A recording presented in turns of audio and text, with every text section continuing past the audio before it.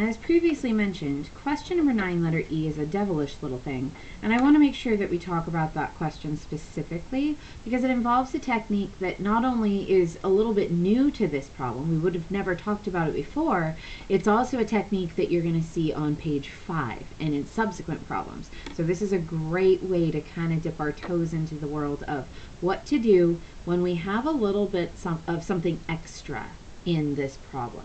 If you're not sure what I mean by extra, take a quick peek at the fact that it says f of x minus 1 inside of the integral. We have not yet seen problems like this that have an extra value inside of the integral itself.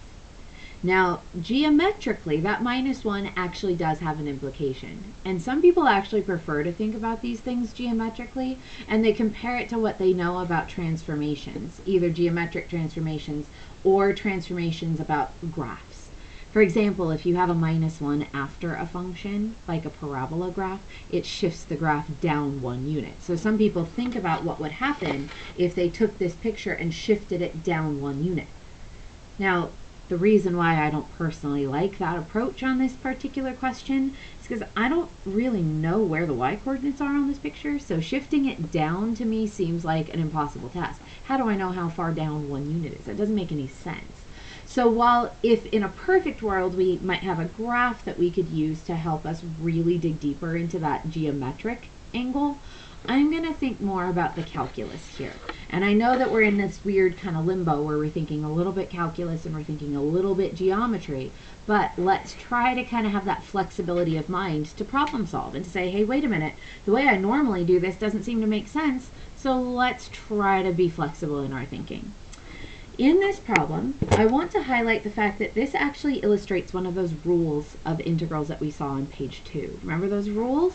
One of those rules was about breaking things up and saying that if you have a subtraction or an addition in an integral itself, that you could break the integral into 2 separate pieces and integrate each individual piece on its own. That's actually the approach I'm going to take here, mainly because I don't know what the heck this 1 is.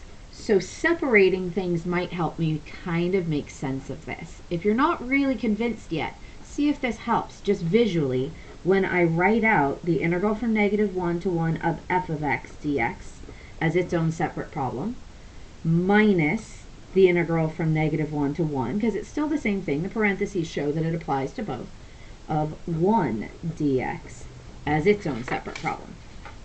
Now, if you're looking at that, and all of a sudden saying, oh, I got this. Oh, I can do this. That's empowering. That's great. That's something that hopefully can take you straight through the rest of this question without trouble. But if you're still not sure where this is going, and you're a little hesitant to go from here, let me see if I can be a bit more specific. Let's focus on the same strategy that we used in question letter B. Remember how in question letter B we thought of that problem as 2 separate integrals, and we just tried to do them separately? Let's think about that idea here. Let's do just the area from -1 to 1 of f of x. We'll worry about that. And then we'll do the area from -1 to 1 of 1, whatever that means. And then we'll just subtract those 2 things. Okay, so let's focus. All we know about f of x is that f of x is the picture.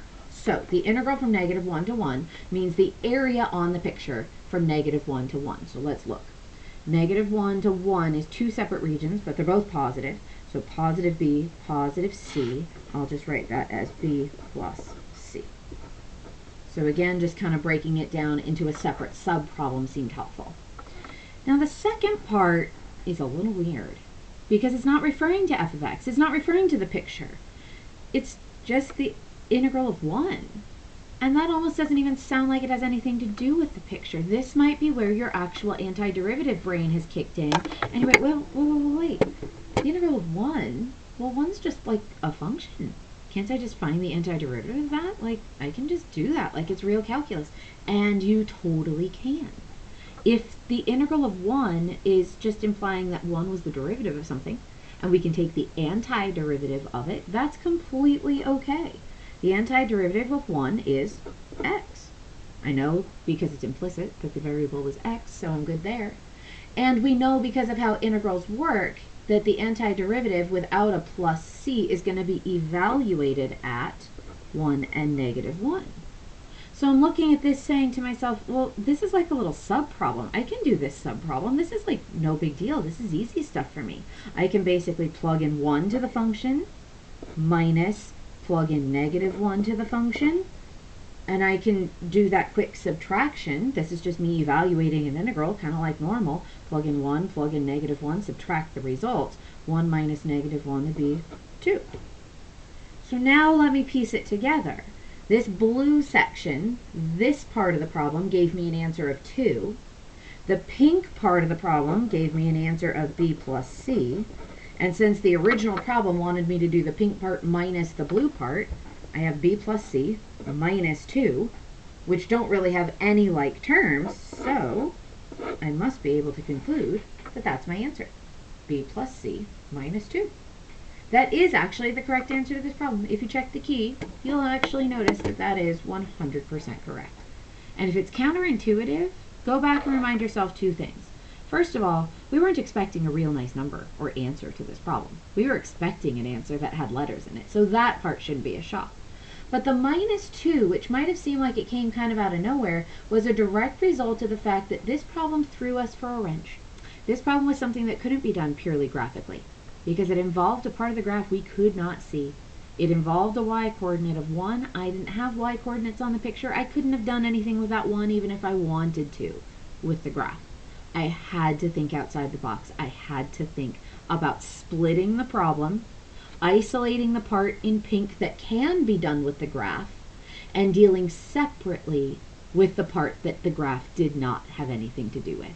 And that's why that rule from page 2 is so helpful. It helps us break complicated integral problems into smaller pieces, and it helps us have that flexibility to do each piece the way it can be done. Not every piece of an integral problem can all be done the same way. It'd be great if we had geometry for the whole thing. It'd be great if we had calculus or antiderivatives for the whole thing. But sometimes, like in this problem, you have to take sort of a hybrid approach. You have to just do what's best for each individual part of the problem and just merge those answers together at the end. So the reason I'm going to kind of mention that as a hallmark question is because in the next video, when we move on to page 5, you're going to see us use that strategy again. And that's why it might be helpful to make sure it makes sense before we go forward with it.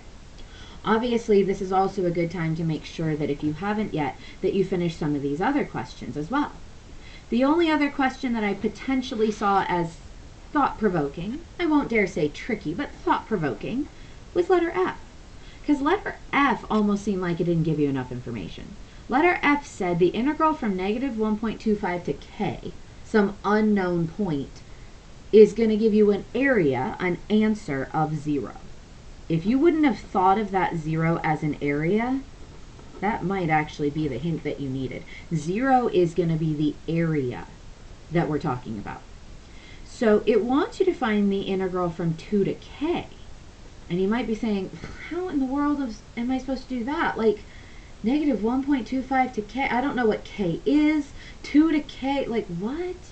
So if I may, think about something, just kind of food for thought, if you will, that might help. If you think logically, -1.25 to k implies we don't know quite where to stop, but we're stopping somewhere on the graph at some arbitrary point k.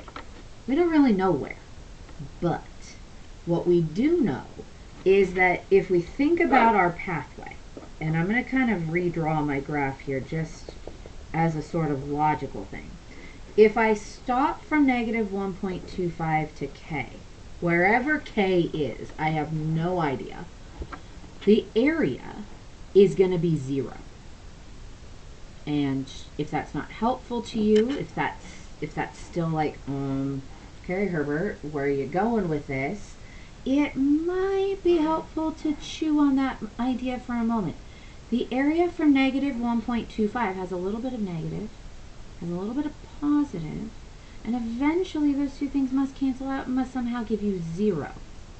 So if the area from -1.25 to here is definitely 0, and the question wants you to find from 2 to k, That's this part here. Think about what you know. We do know something about this entire thing.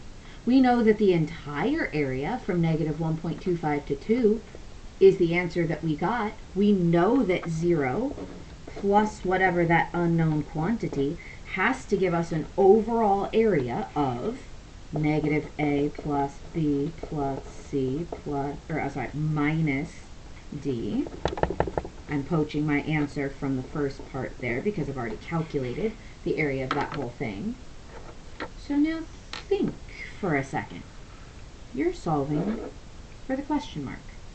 Kind of. You're kind of solving for the question mark. I say kind of because the way I've drawn it makes it look like the question mark goes from k to 2. You're actually going from 2 to k. But I'm going to leave this as a bit of an open challenge. Something for you to think about. Not necessarily a big deal. This is not really a question I've ever seen on an AP test. This is pretty abstract, kind of out there, but I'm leaving it almost as a bit of a brain teaser for you. I've set you up most of the way. See if you can carry it through from here. What's the value of that question mark? What's the value of that unknown region? And what does the fact that it's negative or backwards have to do with it? If you can figure it out, or if you can kind of cheat and look at the key and figure out the logic backwards, that's perfect. But food for thought there. It's not something that I would say you should be prepared for on a test. It's not something I think the AP is going to ask you. It's just a thought exercise. But this will really give you a chance to kind of tap into that abstraction part that I was discussing in a previous video. Abstracting things means that we start really chewing on the idea and thinking deeper.